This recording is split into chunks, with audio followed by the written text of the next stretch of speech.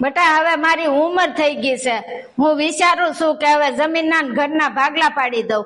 બા એમાં વિચારવાનું શું હોય? હું તમારે એકનો એક દીકરો તો છું, બધું મારા નામે કરી દો.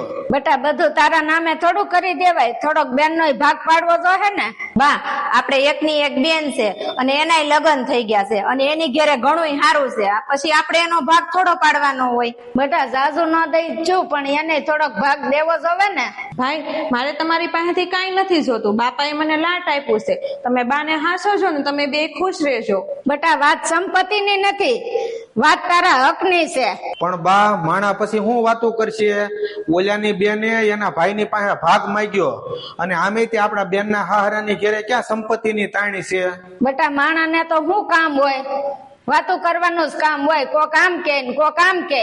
જયારે તું માંદો પડ્યો ને ત્યારે તારી બેન 1 મહિનો દવાખાને ઉભે પગ્યા રહી હતી. તો પણ શું થઈ ગયું બા? ઈ મારો ભાઈ જ છે ને, કોક થોડો છે? હું એની તકલીફમાં ન ઉભી રહું તો કોણ ઉભું રહે? જયારે મને પગનો દુખાવો છો ત્યારે મને રોજ દવાખાને કોણ લઈ જતું હતું? બા ક્યારે તમને મારી બેન દવાખાને લઈ જતી હતી? બા મારી ભૂલ થઈ ગઈ, મેં ફક્ત રિવાજ જોયો, સંબંધ ન જોયો. ભાભી મારે તમારી પાસેથી કઈ નથી જોતું, મારા ભાગની મિલકતની બદલે તમે બાની સેવા કરજો. બેટા સંસ્કારી દીકરી ક્યારે પોતાનો હક માંગતી નથી, પણ મા બાપ ક્યારે પોતાના સંતાનોના હક છીનવતા નથી. બેન આજથી આ ઘરમાં જેટલો મારો અધિકાર છે ને એટલો જ અધિકાર તારો પણ રહે. ભાઈ આજે મને સંપત્તિ નથી મળી, મને મારો ભાઈ પાછો મળી ગયો છે.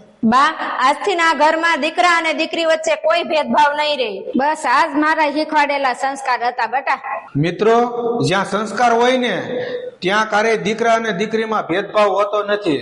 તમને અમારો વિડીયો સારો લાગ્યો હોય તો 10 પરિવાર સુધી શેર કરો.